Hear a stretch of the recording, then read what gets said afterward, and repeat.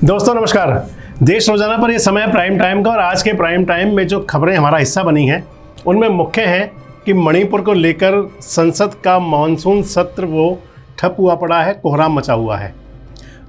हरियाणा प्रदेश की राजनीति में भी अलग प्रकार का कोहराम है और इसके साथ साथ आपसे आज बात करेंगे भारत के मिशन चंद्रयान की भी। तो आगे बढ़ने से पहले उन खबरों पर नज़र डालें जो आज सुर्खियों में रही।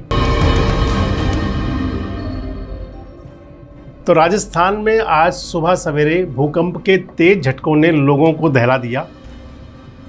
4.4 तीव्रता का जो रिक्टर स्केल पर नापा गया था भूकंप की तीव्रता थी गति, वो जयपुर केंद्र था। इसके साथ साथ मणिपुर में भी भूकंप के झटके लगे।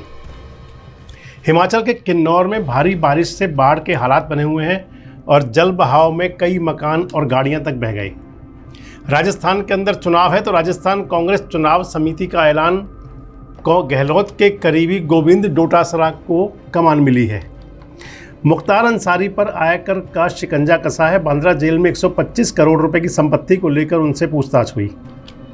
भारतीय पुरुष फुटबॉल टीम वर्ष 2018 के बाद पहली बार फीफा रैंकिंग में 99वें पायदान पर पहुंची है, यानी कि शतक लगाने के नज़दीक। तो अब सभी खबरों पर चर्चा विस्तार से, और सबसे पहले बात मणिपुर की उस भयावह, दिल को कचोटने वाली, इंसानियत को शर्मसार करने वाली मणिपुर की घटना, जिसे लेकर सड़क से लेकर सदन तक और सोशल मीडिया से लेकर हर प्लेटफॉर्म पर हंगामा है, गुस्सा है, आक्रोश है। संसद के दोनों सदनों में भी ज़बरदस्त हंगामा हुआ, विपक्ष की नारेबाजी हुई और विपक्ष की मणिपुर पर चर्चा की जो मांग है, इसको लेकर रक्षा मंत्री राजनाथ सिंह ने कहा है कि हम भी चाहते हैं कि मणिपुर पर सदन में चर्चा हो। लेकिन उनका कहना था कि सदन में ऐसे राजनीतिक दल भी हैं जो इस मुद्दे पर चर्चा नहीं होने देना चाहते। वहीं संसदीय कार्य राज्य मंत्री अर्जुन मेघवाल ने भी कहा है कि मणिपुर पर चर्चा करने के लिए सरकार तैयार है, लेकिन विपक्ष अपना स्टैंड बार बार बदल रहा है। मणिपुर में यौन हिंसा पर चर्चा के लिए आम आदमी पार्टी के सदस्य संजय सिंह ने नोटिस जारी किया। उस नोटिस को अस्वीकार कर दिया गया है। उनका कहना है कि यह तानाशाही की पराकाष्ठा है संजय सिंह का। तो विपक्ष प्रधानमंत्री के बयान पर अड़ा हुआ है। हंगामे और अड़ंगों के बीच सदन की कार्रवाई स्थगित हो गई है, क्योंकि सभी लोग अपनी अपनी बात पर अड़े हुए हैं और इस सब के बीच मणिपुर हिंसा की आग में आज भी झुलस रहा है, कोई उस पर ध्यान नहीं दे रहा। दोस्तों, आपसे बात करें अगर संसद की, तो आपको ध्यान होगा जो पिछला संसद का सत्र था वो अडानी को लेकर बहस की, हंगामे की भेंट चढ़ गया था। आखिर जो जनता है अपने जनप्रतिनिधि चुनकर क्यों भेजती है और ये जनप्रतिनिधि उस तरफ ध्यान क्यों नहीं देते? जनता को उम्मीद होती है कि उनके चुने हुए जनप्रतिनिधि संसद के अंदर, सदन के अंदर बैठकर उनकी बात करेंगे, उनकी आवाज़ उठाएंगे। लेकिन जाने क्यों इन राजनेताओं को केवल आपसी मनमुटाव, आपसी नारेबाजी और एक दूसरे के प्रति टोंटबाजी के अलावा दूसरा कोई काम नहीं रहता। आपको ध्यान होगा पिछला वो समय भी कि जब विपक्ष के लोग बोलते थे तो भाजपा के लोग नहीं बोलने देते थे, और जब इवन भाजपा के लोग ही क्या, जब प्रधानमंत्री बोलना शुरू हुए थे संसद के अंदर, राज्यसभा के अंदर, तो विपक्ष के नेताओं ने उनके पूरे भाषण के दौरान मोदी अडानी भाई भाई के नारों से संसद को गुंजायमान कर दिया था। देश की जनता भी देखती है और देश की जनता को अपने कर्णधारों से जो उम्मीद है, जब वो कर्णधार उनकी उम्मीदों पर खरा नहीं उतरेंगे तो ये संसद के सदनों में बैठे हुए नेता भी सोच लें कि जनता भी सही समय पर सही जवाब देना जानती है। खैर, बात 2024 के चुनाव की भी चल रही है। कई राज्यों के विधानसभा चुनाव होने हैं। ऐसे में मणिपुर जैसा ज्वलंत मुद्दा विपक्ष अपने हाथों से कैसे जाने दे और सरकार के लोग भी उसे क्यों यूं ही छोड़ दें? ये राजनीति है। राजनीति हरियाणा में भी हो रही है। प्रदेश की मनोहर लाल सरकार ने 2 हफ्ते पहले घोषणा की थी पेंशन को लेकर। उस पेंशन की घोषणा से कुंवारों का मन ललचा गया होगा। ऐसा होना वाजिब है, क्योंकि छोकरी नहीं मिल रही तो कम से कम नौकरी तो मिल जाए, और अगर नौकरी भी नहीं मिल रही तो नौकरी के रूप में कुंवारा पेंशन मिल जाए।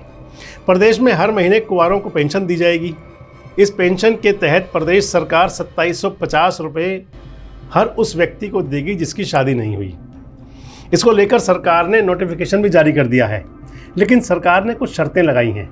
सरकार ने यह भी साफ तौर पर कहा है कि पेंशन मिलने के बाद किसी कुंवारे या विधुर ने बिना बताए शादी कर ली और वो फिर भी पेंशन लेता रहा, यानी कि उसने सही जानकारी नहीं दी, तो उसके खिलाफ सख्त कार्रवाई भी होगी। ऐसे व्यक्तियों से सरकार पेंशन की 12% ब्याज सहित वो राशि वसूलेगी। इसके साथ सरकार ने ये भी बताया कि तलाकशुदा और सहमति से संबंध यानी कि लिव इन रिलेशनशिप में रहने वाले व्यक्तियों को भी पेंशन नहीं दी जाएगी। इसके साथ ही अगर कोई पात्र पहले से ही पेंशन ले रहा है तो उसे इस योजना का लाभ नहीं मिलेगा। इस पेंशन योजना में सरकार ने पारदर्शिता के लिए कई सख्त नियम बनाए हैं।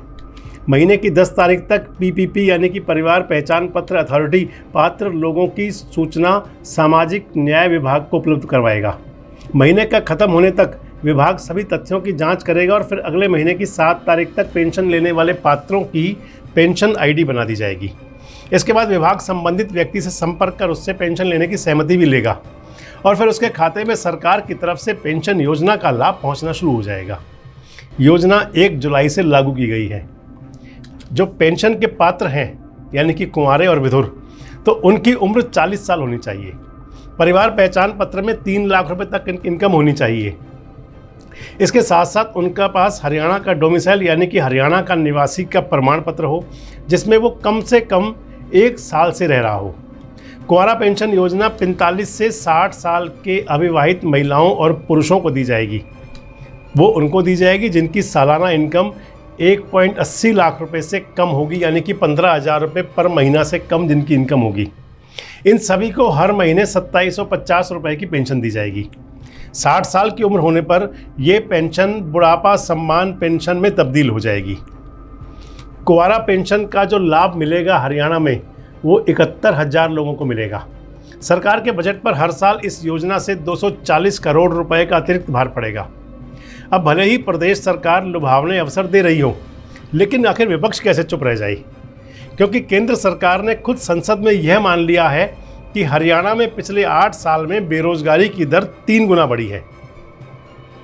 कांग्रेस के राज्यसभा सदस्य दीपेंद्र सिंह हुड्डा ने सवाल किया तो उस पर श्रम और रोजगार राज्य मंत्री रामेश्वर तेली ने जो जवाब दिया, उस जवाब में कहा गया कि वर्ष 2013-14 में हरियाणा में बेरोजगारी दर 2.9% थी, जो 2021-22 में 9% हो गई, यानी कि 3 गुना बढ़ गई लगभग। तो हरियाणा प्रदेश में बेरोजगारी दर 2 गुने से भी ज़्यादा है। दीपेंद्र हुड्डा ने बेरोजगारी की सबसे बड़ी वजह बताई है नशा, और उसकी वजह से बढ़ने वाले अपराध को बताया है कि ये बेरोजगारी का कारण है। सरकार पर निशाना साधते हुए दीपेंद्र हुड्डा ने कहा कि एक तरफ तो प्रदेश में बेरोजगारी है, तो दूसरी तरफ 2 लाख से ज़्यादा सरकारी पद खाली हैं। सरकार की गलत नीतियों के कारण दूसरे प्रदेशों के लोगों को नौकरियां मिल जाती हैं हरियाणा के अंदर। तो ऐसे में हरियाणा का युवा पूरी तरह से निराश हो चुका है। वैसे जो नौकरी वाला मसला है, इसको लेकर पिछले दिनों हरियाणा के अंदर विधानसभा में एक प्रस्ताव भी पारित हुआ था कि हरियाणा के निवासियों को नौकरियों में प्राथमिकता दी जाएगी। ये चुनावी वादा भी था जननायक जनता पार्टी का। खैर, राजनीति हर चीज़ पर होती है। जो अगला विषय वो ये है कि भले ही आज देश की मणिपुर की घटना ने विश्व पटल पर भारत की छवि को शर्मसार किया हो, धूमिल किया हो, लेकिन देश के वैज्ञानिकों ने हमारे देश का नाम और मान दुनिया भर में बढ़ाया है, क्योंकि इसरो का चंद्रयान 3 पृथ्वी की 4थी कक्षा में पहुंच गया है। अंतरिक्ष एजेंसी की तरफ से कहा गया है कि भारत ने चंद्रयान 3 को चंद्रमा के एक कदम और करीब पहुंचाकर अंतर्राष्ट्रीय चंद्रमा दिवस मनाया है। अब यह पूरी उम्मीद है कि 25 जुलाई की दोपहर 2 बजे से 3 बजे के बीच 5वीं कक्षा में चंद्रयान 3 पहुंच जाएगा और फिर चंद्रयान 3 पृथ्वी में चारों और 5 कक्षाओं में चक्कर लगाएगा।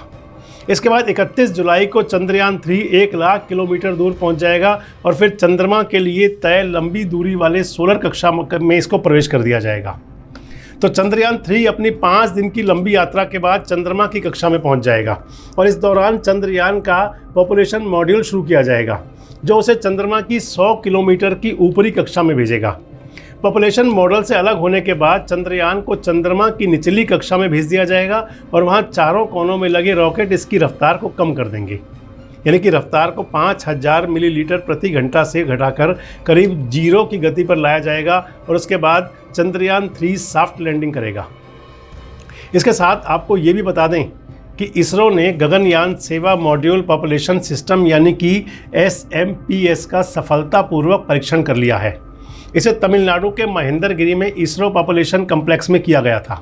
इसरो से मिली जानकारी के मुताबिक इस परीक्षण में 440 न्यूटन के ट्रस्ट के साथ 5 तरल अपीजो मोटर इंजन और 100 न्यूटन के फर्स्ट के साथ 16 RCS थ्रस्टर शामिल हैं। और अब गगनयान मिशन के तहत 3 अंतरिक्ष यात्रियों के एक ग्रुप को 3 दिन के मिशन के लिए अंतरिक्ष में भेजा जाएगा। इसके बाद समुद्र में इसकी सुरक्षित लैंडिंग कराई जाएगी। तो आज के प्राइम टाइम में इतना ही। दीजिए इजाज़त। कल फिर मुलाकात होगी कुछ उन खबरों के साथ, कुछ उन मुद्दों के साथ जो रखते हैं आपसे सरोकार। तब तक आप अपना बहुत ध्यान रखिए। शुभ रात्रि। हमारे साथ जुड़े रहने के लिए देखते रहिए देश रोजाना का YouTube चैनल। सब्सक्राइब कीजिए, साथ ही देश रोजाना की खबरें सबसे पहले देखने के लिए प्रेस कीजिए बेल आइकन।